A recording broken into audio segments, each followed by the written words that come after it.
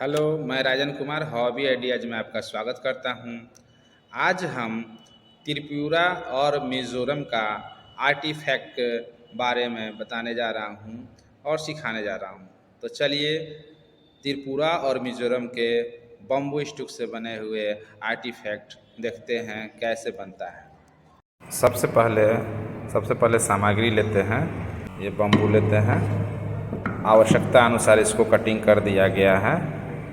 और फिर wood carving tools लेते हैं, वुड कार्विंग टूल्स।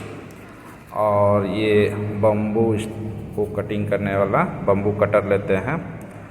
अब सबसे पहले इसको कटिंग करके और बराबर कर देते हैं ताकि ये जो है ये स्टैंड हो सके, अच्छे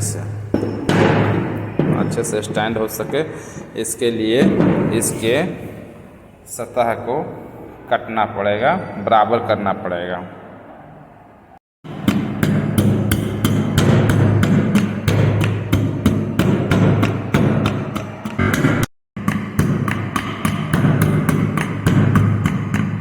अब ये अड़ गया बिल्कुल, यानी कि सही हो गया। अब इसमें डिज़ाइन क्रिएट करते हैं।